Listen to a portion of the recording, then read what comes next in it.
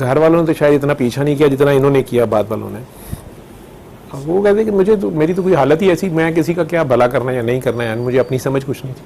ایک ہر وقت ایک پورے جسم کے اندر ایک آگ تھی, ایک الاؤ سا تھا, بھڑکتا تھا, گیس جیسے پھٹنے کو ہے, کانوں کے پردے, آنکھیں, یہ بھی سمجھ نہیں آتی تھی کہ یہ پھٹ کیوں نہیں جاتا.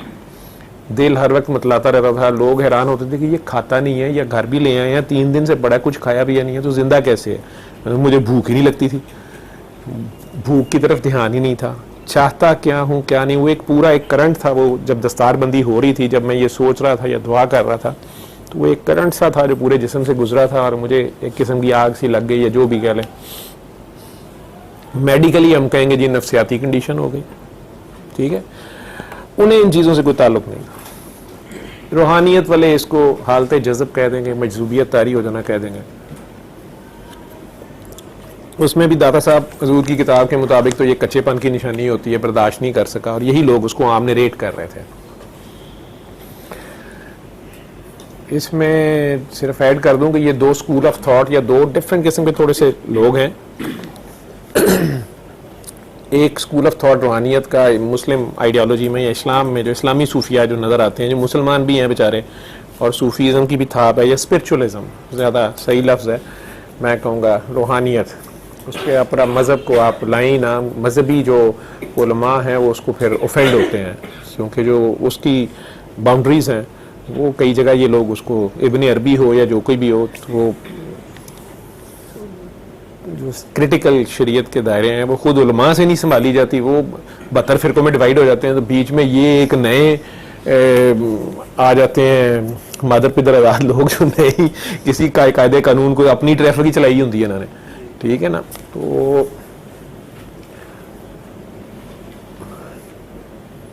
ہر کوئی اپنے اپنے کنویں کا جو ہے نا, اس کا ویو جتنا اس کو نظر آتا ہے وہی اس کی دنیا ہوتی ہے, دوسرے اس کے لیے غلط ہوتے ہیں. سو اینی ویز وہ یہ جو 2 اسکول آف تھاٹ ہیں, ایک جنید بغدادی رحمۃ اللہ علیہ, اس کے یوں کہہ لیں کہ سٹارٹنگ میں آپ کو نظر آئیں گے وہ اسکول آف تھاٹ چلتا آ گیا, اور ایک بایزید بستامی رحمۃ اللہ علیہ نظر آئیں گے, ٹھیک ہے. اور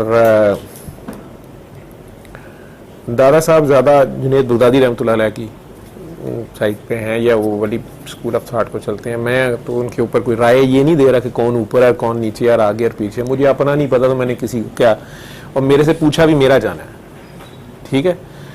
میں آپ کو دیکھ کے گمراہ ہو گیا ہوں. ابھی ایک صاحب فون پہ میرے ساتھ مجھے سمجھانے کی کوشش کر رہے تھے کہ آپ نے کہہ دیا کہ بابا جی نے کہا کہ ہر ایک میں اللہ کی روح ہے, اللہ نے اپنی روح پھونکی, اس سے لوگوں کو غلط فہمی ہو جائے گی, شرک ہو جائے گا, سارے اپنے آپ کو اللہ سمجھنا شروع ہو جائیں گے, اور بابا جی کا تو مطلب پتہ نہیں کیا تھا, آپ یہ فکرہ نہ بولیں. میں انہیں کہہ رہا تھا کہ بابا جی سے زیادہ میں نے یہ قرآن میں لفظ ایسے ہی دیکھے ہیں. وہ مجھے آگے سے کہنے لگے میں فلاں تبلیغی جماعت کا ہوں, یا پتہ نہیں کہاں کے تھے, جو بھی جہاں سے بھی تھے پیارے ہیں. مجھے کہنے لگے نہیں آپ یہ بتائیں روح کیا ہے.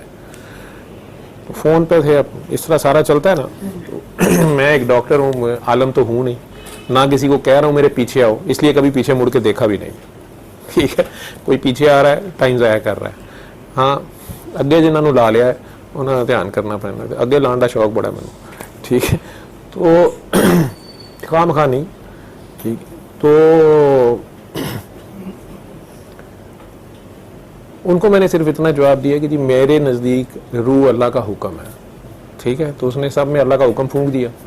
تو وہ آگے سے کچھ اس کے باریک تشریح سمجھانے لگے تھے, وہاں سے میں نے کہا کہ یہاں سے اب آپ غلط ہیں, ٹھیک ہے. میرے اللہ جتنا مجھے سمجھائے گا میرے لیے وہ کافی ہے. ہو سکتا ہے میں کنڈر گارڈن کا بچہ ہوں, آپ ماشاءاللہ ایک بالغ مرد ہیں, آپ نے شادی کر لی ہوئی ہے, آپ مجھے سیکس ایجوکیشن دینا شروع کر دیں, بیٹا شادی ایسی ہوگی, ویڈنگ رائٹ پہ ایسے کرنا. میں اجے کنڈر گارڈن کا بچہ میرے تو وہ حقیقتاں کھولن لگا, ٹھیک ہے. جہاں میرا بچپن بھی تباہ کر دینی ہے تو جوانی تو پھر ہے ہی ہے. تو اتنا کہہ کہ میں نے ان سے جان چھڑائی ہے کہ بس اتنا علم میرے لیے کافی ہے, مجھے کچھ زیادہ نہیں چاہیے, ٹھیک ہے. میرے لیے اتنا علم کافی ہے کہ روح اللہ کا حکم ہے, اور اللہ صاحب نے اس میں آدم علیہ السلام کے پتلے کو سیدھا درست کر کے, یا جس جگہ پہ وہ جیسا چاہتا تھا ویسا پورا تیار کر کے پھر اس میں اپنی روح پھونکی. میرے لیے اتنا کافی. اب اس کی اپنی روح کا کیا مطلب ہے, میرا قرآن کی اس نریشن کو نریٹ کرنے سے اگر کوئی یہ کہتا ہے کہ جی مجھے یہ سمجھ آئی تو پھر مجھے یہ سمجھ آئی تو پھر میں اپنے لیے بات کر رہا ہوں, میں تو کوئی کسی ممبر پہ چڑھ کے تو لیکچر نہیں دے رہا. وہ بھی قرآن پکڑے پڑے اور سمجھے. اگر زندگی میں آپ کا مقصد اللہ ہے, آپ کا پرائم ٹارگٹ, جس طرح آپ کے پرائم منسٹر صاحب, اس کی یہ بات مجھے اچھی لگتی ہے, وہ کہتا ہے کہ میں بچپن سے ہمیشہ ٹارگٹ میں نے ٹاپ کا رکھا ہے, چڑھنی چاہے میں نے مری کی پہاڑی ہے لیکن میں نے یہ سوچ لینا کہ میں نے ماؤنٹ ایوریسٹ سر کرنی ہے. یہ اب محلے میں کرکٹ کھیلتا ہے تو سوچتا تھا ورلڈ کپ میں نے جیتنا ہے. تو باقی جوانوں کو بھی وہ یہ چیز گائیڈ کرتے ہیں کہ آپ ہمیشہ اپنا ٹارگٹ جو ہے نا وہ ہائی رکھیں اور اس کے لیے کوشش کریں, پھر نتیجہ اللہ نے کرنا ہے. تو اسی طرح اگر ٹارگٹ اللہ ہے آپ کا,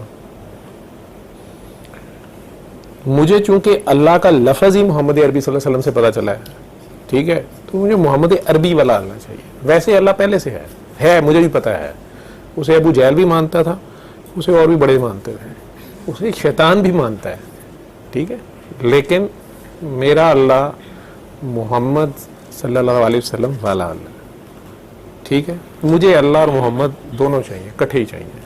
تو اس سے اگر کوئی یہ کہتا ہے کہ میں شرک کر رہا ہوں, محمد کو اللہ کے ساتھ جو نعوذ باللہ میں نے ملا دیا, نہیں, وہ خدا نہیں ہے لیکن اس سے جدا نہیں ہے. اور میرے ماں باپ نے مجھے محمد کا, اہل بیت کا, پنجتن پاک کا, صحابہ کرام کا بتا دیا, ٹھیک ہے. ٹھیک ہے, جب میں بڑا ہوا اگر اس میں مجھے کچھ چیزیں اپنے گھر والوں کی لگیں یا اپنے باپ کے دیے ہوئے علم کی یا استادوں کے دیے ہوئے علم کی کچھ لگیں کہ یار نہیں یہ کیا بات ہے, کیونکہ جب میں نے پریکٹیکل لائف گزارنی شروع کی تو اس میں وہ چیزیں فٹ نہیں بیٹھی, وہ کہیں زیب داستان لگیں مجھے, یا مجھے یہ لگی کہ یار یہ لیکچر تو تھا میرے بڑوں کا کہ ایسے کرنا, لیکن خود انہوں نے کیا نہیں, ٹھیک ہے. اور پریکٹیکل میں یہ کرنا تو بہت مشکل ہے. ایسی جگہ آ جاتی ہے جہاں پہ آپ کو اپنے ماں باپ بہن بھائی گھر بار سب چھوڑنا پڑتا ہے ایک اللہ رکھنے کی خاطر, اللہ کی جگہ, ٹھیک ہے. جو کربلا ہے, لم یلد ولم یولد ہو کے سوچنا پڑتا ہے اس کے ساتھ کھڑے ہونے کے, وہ تو ہے ہی ہے, لیکن جب اگر آپ کی چاہت اس کی ہے, اب آپ چاہتے ہیں اللہ ہی ہو, تو پھر آپ کا اللہ کو ماننے, صرف ماننا یہی نہیں ہے, اس سے پیار محبت یہ ہو کہ اگر ایک طرف آپ کی جان جا رہی ہو اللہ کی خاطر, تو پھر آپ جان کی پرواہ نہ کریں, لیکن اپنا خدا نہ دیں, آپ جان دیتے ہیں. آپ کے بچے جا رہے ہیں تو اپنا خدا نہ دیں, بچے جانے دیں. آپ کی ظاہریت کی دنیا کی عزت لٹ رہی ہے, چادریں کھنچ رہی ہیں, جانے دیں, اللہ نہ دیں اپنا. آپ اور آپ کی اللہ کے درمیان اگر محمد عربی صلی اللہ علیہ وسلم ہے ظاہریت میں, تو پھر تو ٹھیک ہے. جب ظاہریت میں وہ سامنے نہیں بیٹھے ہوئے, ٹھیک, تو پھر یا تو کوئی ایسا بندہ آپ کو ملے جس سے آپ کا دل گواہی دے کہ اس نے مجھے اللہ سے, اللہ کے نبی سے ملوا دیا, جو اللہ کی پہچان اس نے مجھے دی ہے, یہ تو میری سمجھ میں نہیں تھی. مانتا تو میں تھا, سنتا بھی میں تھا کہ ہے اللہ بچپن سے, لیکن تو اس بندے کا تو آپ مانیں کہ وہ آپ سے بہتر جانتا ہے, اس نے کوئی پہچان کا دائرہ, کوئی پردہ آپ کے اوپر کھول دیا نیا, کوئی معرفت نہیں عطا کر دی ہے, تو پھر اس کو تو بہتر جانے کہ وہ آپ سے بہتر پہچان والا ہے, بہتر جاننے والا ہے, ماننے والا ہے. اور اگر وہ آپ کو نہیں بھی ملتا لیکن آپ خلوص نیت سے ٹارگٹ آپ کا اللہ ہے, تو یقین مانیں اللہ آپ کو کبھی نہیں چھوڑے گا. آپ ایک قدم اس کے بارے میں چلنے کا سوچیں گے, وہ آپ کے اندر آ چکا ہوگا, اس وقت ثابت کرا دے گا آپ کو کہ وہ واقعی آپ کی شارک سے قریب ہے. اب آپ کی شارک بن جائے ایک لڑکی کہ نہیں ایدے نہ ویاہ ہوئے گا تو پھر اللہ ہے, تو جی ایدے نہ ہویا تو پھر تسی اللہ نو بھی گالاں کڈن ڈے ہو, تے گھردیاں نو بھی تے باہردیاں نو بھی, تو پھر اللہ تو وہ لڑکی ہے. آپ کا اللہ تو پھر وہ مجاز ہے. مجاز سے حقیقت تک پہنچ جانا یہ تو بڑی بات ہے. کئیوں کو وہ شروعی حقیقت سے کراتا ہے, یہ اس کی مرضی ہے, یہ بہت کم ہوتے ہیں.